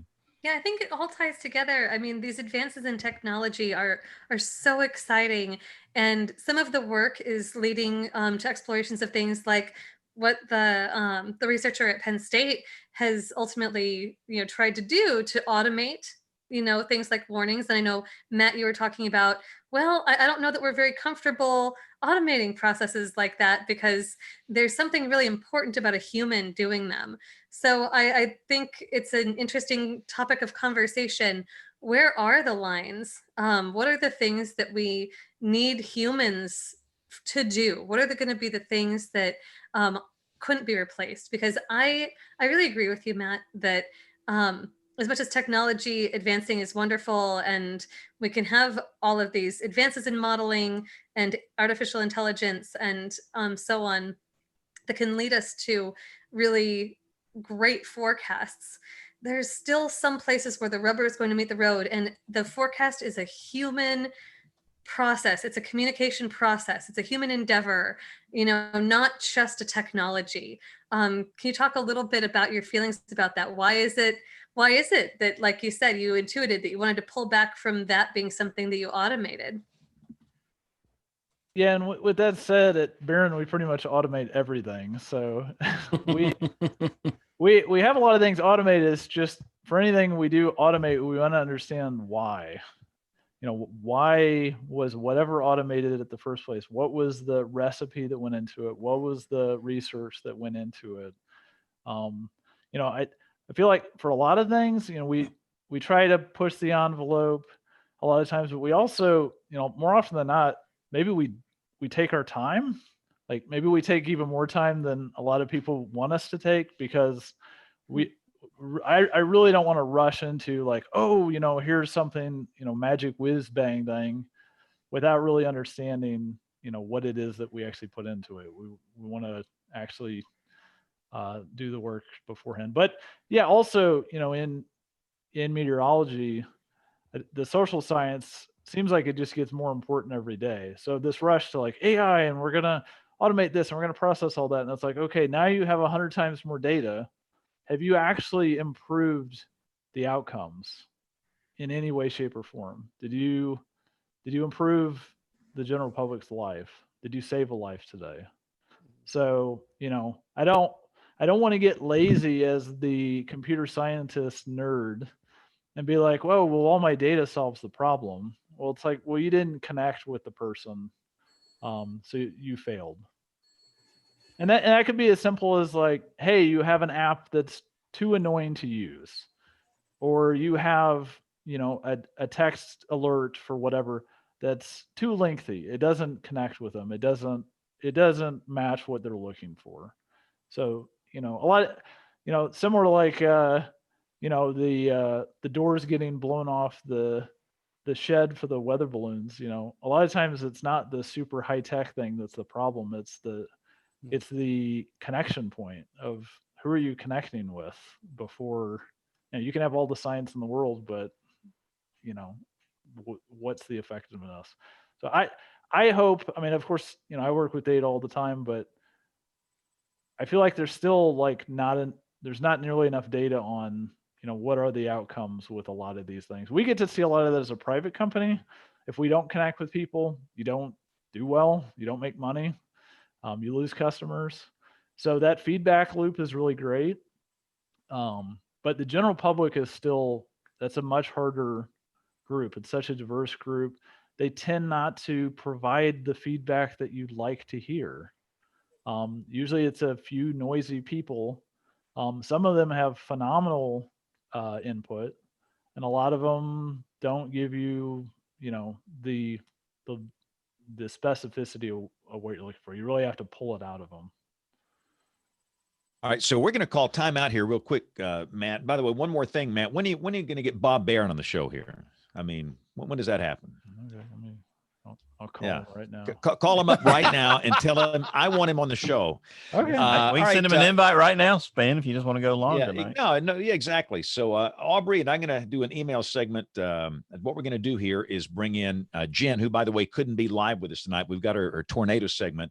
We've got Tony Rice, and we're going to have Aubrey coming out of those two with email. And then, Bill, we will go to you. So let's take a quick break here. And we got a whole lot more Weather Roundup, picks of the week, much more as WeatherBrains rolls along.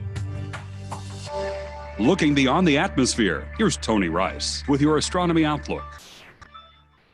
You may have read about a rare opportunity to see the planet Uranus without a telescope this week. Yeah, it's not completely true for most of us. It's definitely the best time of year. The distance between Uranus and Earth has been shrinking since about April, and the pair will be at their closest by the end of the month. But the moon is also going to be full that week, making this distant, dim planet pretty difficult to see. This week's new moon makes for ideal conditions. But this is an outer planet, and it is still really far away and still very dim. Technically, Uranus is close to its brightest of the year, magnitude 5.7. But more importantly, 5.7 is still very dim. The bigger the magnitude number, the dimmer the object, and a lot dimmer because magnitude is on a logarithmic scale. To get a rough idea of the difference in brightness between two objects, raise 2.5 to the difference in their magnitudes. For instance, Mars right now is shining at about a magnitude negative 2.1. Pretty bright, easy to see. That's about 850 times brighter than Uranus right now. There's plenty of places where the skies are dark enough to see planets and stars and other beautiful things in the night sky that are dimmer than about a magnitude 5, but most of us don't live there. That's why I make it a point to stop off on night drives through really rural areas to take in the Milky Way and other sights that are invisible in the suburban skies back home. Also, when you look has a big impact on how bright these planets or anything else in the night sky appear. This is because there's more than 30 times more air masses near the horizon than there is at the zenith point directly overhead. So for something like Uranus, it's going to appear about 100 times brighter at 3 a.m. than at planet rise around 8:30 p.m. As for the rare part, this opportunity really isn't all that rare. Uranus creeps around the sun every 84 years. So that means the Earth laps it about every 370 days. And there's usually a moonless night within a week or two every year. If you're in a rural spot and you don't get an opportunity to see this, you'll have the opportunity early November 2021. That's your Astronomy Outlook. Follow me at RTP Hokie for more spacey stuff like this. This week in tornado history. Per the Tornado Project, Hurricane Ivan produced a total of 120 tornadoes in 3 days. That is the largest outbreak on record associated with a tropical system.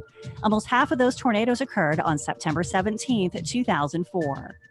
For the National Weather Service in Blacksburg, quote, in the Commonwealth of Virginia, the outbreak of tornadoes added up to 38, which is by far the largest ever one-day total, not only for Virginia, but for any state east of the Appalachians, north of South Carolina. 3 of the 38 Virginia tornadoes were in Fauquier County. 2 were given a rating of F2, and a stronger F3 hit near the town of Remington. It traveled 9 miles, pushing a home off its foundation. It also tossed a new pickup truck 75 yards over trees and power lines into a field. There were 2 reported injuries from this tornado and 0 fatalities.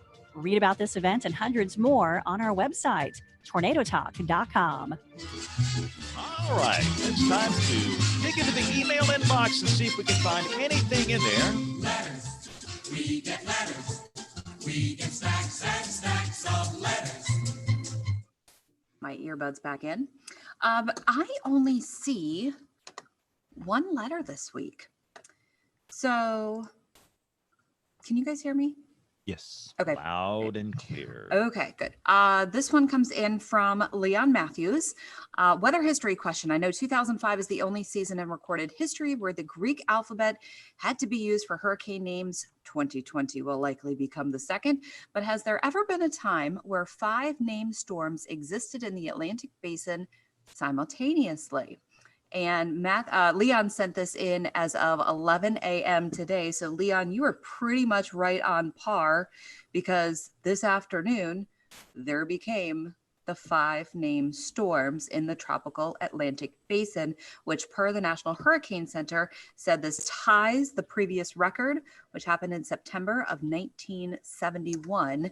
And our good friend, weather historian Scott During, sent me a really cool surface analysis of the 5 from 1971. And let me see if I can pull it up. Tweets and replies.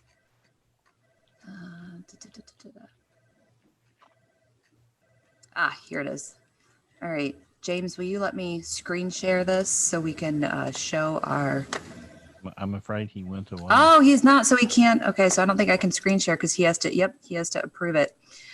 So if you're on Twitter and you follow me or Scott Doring, this actually came from David Roth at DR Met Watch, posted a really cool surface analysis from September 11th, 1971, showing 6 simultaneous, let's see, would have been 5. I believe one was possibly an area of interest, but that's per the National Hurricane Center. And that is all I have for email. So if you have an email for us, maybe a question, like our weather history question, if you have a cool link, something to show us, go ahead and send us an email at weatherbrains.com. Is Ginger still the longest lived tropical cyclone? I don't know. I know it was for a long time. I don't know that stat. That's pretty interesting. Yeah, that was pretty crazy today to get to that point. Just another thing to notch on the old gun barrel for 2020, right, Aubrey? Because we need another one, Bill. We need another one. we need some more. We need some more craziness for this year. That's for sure, don't we? Yeah, well, that's the email inbox. Thank you, Aubrey. Please send those email suggestions. You know where to do that. How about a weather roundup? We got a little bit of a hurricane activity. That's a good segue right there to talk about. Oh, one thing I want to talk about, our friend Mike Wilhelm. James is not here, and we got to get back to Bruce here in just a minute. But I guess we should get back to Bruce now, since James is trying to prompt me with the ad there. James, did you want to do that? Yeah, there we go. Bruce Jones joins us tonight. Bruce, you got a famous print on your wall back there. It was in my World Book Encyclopedia. That picture haunted my dreams. And, I was always fascinated when I was a kid. I was fascinated by that picture. And I think I'm going to have nightmares tonight, Bruce, because of that. Well, it's actually a great picture. They're doing the right thing. They're taking shelter. Yeah. You know, they're heading to the cyclone cellar, as they used to call it. But, and that was before they had weather radios, but not very far before they had them.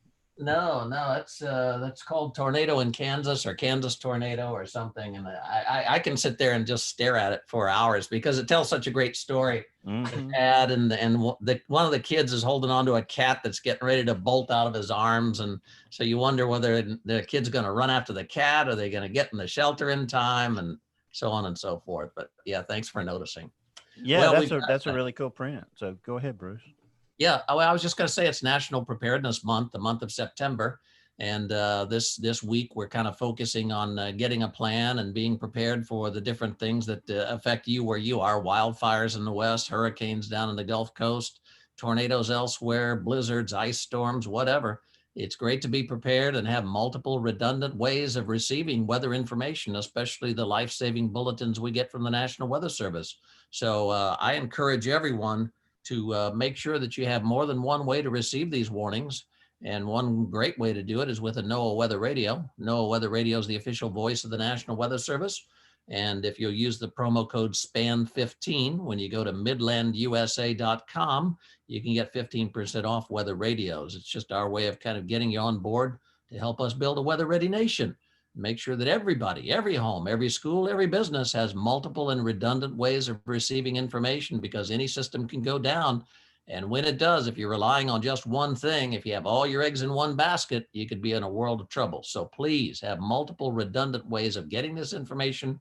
You go to midlandusa.com, use SPAN15 as a promo code, get 15% off, but it is National Preparedness Month. And part of being prepared is making a plan and building a kit and communicating with your family about what to do and when to do it. And then make sure that you get into action when the National Weather Service issues those watches and warnings. So that's my spiel for today.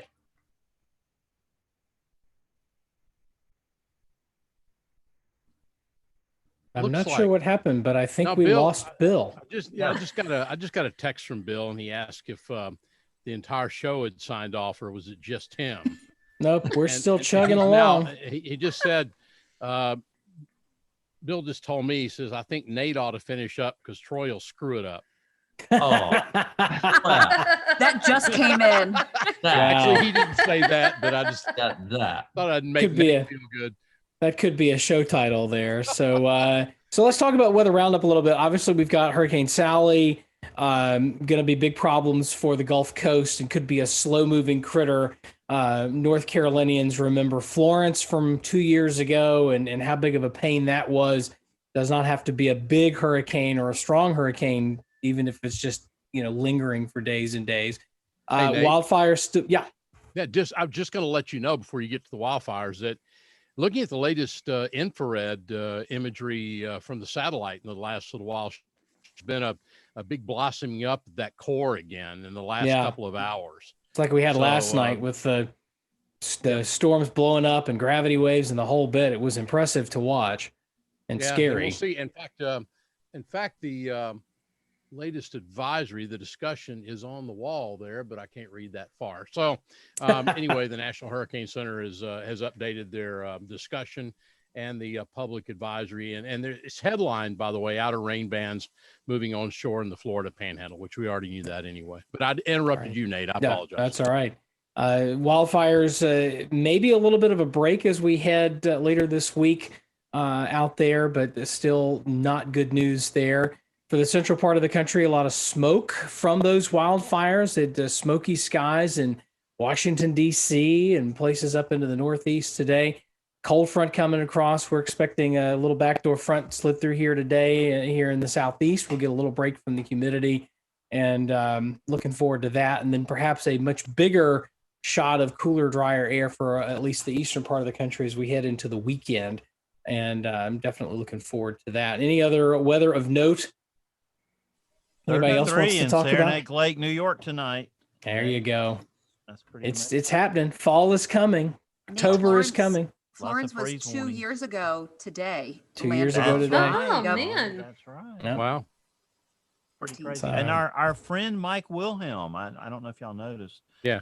I wish James were here, but he won an award posthumously tonight at the National Weather Association. He was a tremendous storm spotter and a great amateur meteorologist in Alabama, and a really good friend. And we lost him last year, and we miss him tremendously. And it was a great honor to get to be, because Dan Gallagher on your team, Matt, actually nominated him, I think, and a bunch of us wrote letters on his behalf of that nomination, and that worked out really, really well for him to get that. And Bill, just to let you know, his sister accepted as part of the NWA presentation tonight, and it was great. She was really great. So, well, weather was really, really important to him. Alabama football was really, really important to him, and he was great at his job. He had a great job at the state of Alabama, a very important job, and he mixed all those things very well.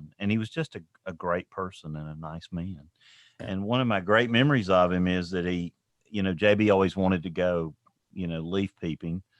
And so, Mike, insisted that we one weekend put him in the car, he and I, and we took him up to Northeast Alabama, and, one of his last years that he was with us on this earth. And we had the best time just going around and swapping stories and looking at the fall foliage in North Alabama.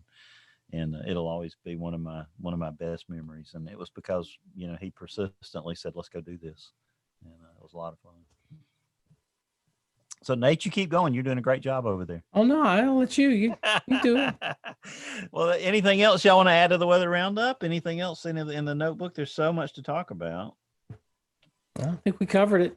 Well, that's fires good. in the west, storms in the Gulf, cooler Bruce and fall covered. happening. Yeah. I think it's going to be interesting to see how long this wildfire smoke continues to kind of be entrained in the East Coast, because there's so much smoke. It's just crazy how this orange hue that it's taken on. I don't ever remember smoke taking on that hue. Do we have any? And Matt comes in just on cue when I say that. Speaking of orange hue, like this.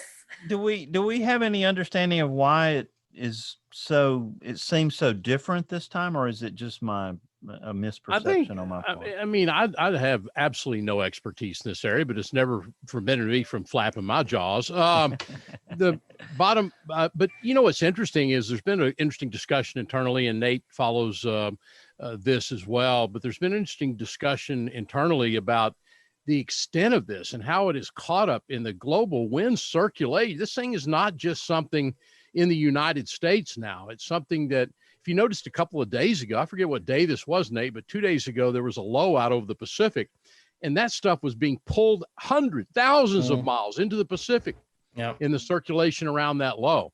And I think it's really interesting. And a lot of meteorologists have been discussing how this can reasonably have an effect on sensible weather. I mean, as it gets kind of caught up in all this. I was talking with an MIC in Montana earlier today. Said they had to drop their forecast highs this week, due in part to the thickness of the smoke and how that was limiting the amount of sunlight that was coming in. And of course, if you watched any media, whether social media, television, anything last week, you saw just the eerie pictures out of the San Francisco Bay Area and how thick the smoke was, where they had a day without a day almost. It was almost this orange or reddish color all day long, and just surreal pictures. Well, it actually, those pictures, Nate, have a friend that lives in the city in San Francisco, where at noon on Friday, they're sitting there with headlights on cars and the overhead street lights are on. Yeah. So amazing. I have the book, The Year Without a Summer, from Mount Tambora, and you just kind of get those things that about the volcanic eruptions blocking out the sun with something like this. Well, here's another point where we talk about the importance of human involvement in the forecast, because Dr. Cliff Mass was talking about how wrong just a lot of the weather apps have been in their neck of the woods during this event, because it doesn't take that into consideration. He was praising the Weather Service, because they've, done that really well in their grid forecasts. And, sometimes they've been 10, 12, 15 degrees off. Yeah. And the Weather Service has been right on, what these temperatures have been. And that's just another example right there. So I guess it's time for Picks of the Week. Matt, I didn't really warn you about Picks of the Week. You may already know about it, but we'll save you for last and go around the big digital mahogany table here and start with Nate Johnson. Nate, how's the NWA going from what you're hearing? I'm not getting to watch as much of it as I wanted to, unfortunately. Some technical issues, to be honest, especially yesterday and early today, seemed to get a little bit better as we headed into the evening session today, and then we'll put it into its test as we head into tomorrow and Wednesday and Thursday with the plenary sessions and some of the live content. But for those of you who are listening live or listening early in the week, before you jump into those NWA sessions, just make sure to jump on the software early, download the plugins, all that kind of stuff, and that tends to clean things up. My pick of the week is a app called Downlink. This is a Mac only app. Sorry, Windows users. But this is the coolest thing. You basically download the app and it runs in your menu bar, and it will download the full disk or other satellite imagery from these newer satellites like the Gozar series, Himawari, and will change out your desktop either every 20 minutes or every hour with one of these satellite images. And so my layout is I've got the laptop monitor in the middle and then two monitors on the side.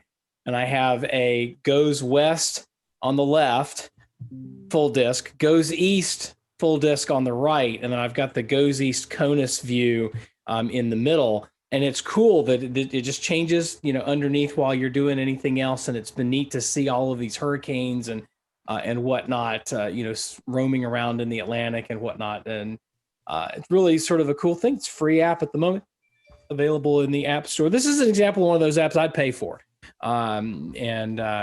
Maybe it becomes a paid app at some point down the road, but right at the moment it's a freebie. So check it out, called Downlink. Take advantage of it while you can. And that's an awesome pick. Yeah, I took advantage of that too, Nate. So that's a great pick. How about you, Aubrey? What you got for us?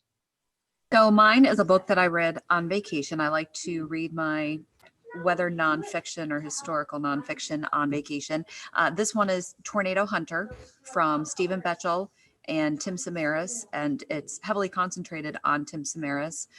And it's a really great book about chasing in the industry. And yeah, I thought it was moving. It's sad in some parts now that Tim is no longer with us, but it's a very good book. He's a fine fellow. Still one of my saddest moments in weather was the night I learned that he had passed away. Was just an unbelievable. That was just the last thing you would have ever expected. But thank you for sharing that, Aubrey. That's a great pick. Troy Kimmel, what you got for us? I have been buried all day long. I'm going to have to go for the foghorn. So, well, right when you said that, my adium made a nice goose sound on my side. I know y'all didn't hear there it, you go. But in your honor, Thank you. some Weather Service office sounded a foghorn for you somewhere, Troy, out there in the hinterlands. Probably I love when the TCVs come in and there's about 16 or 17 quick honks, just like wah, wah, wah, wah, wah, all in a quick row. You just know you've been honked. Kim Cloco McLean, what you got for us tonight? I have, it's an academic paper, but I can summarize it really quickly. It's a paper I'm very excited to see in print.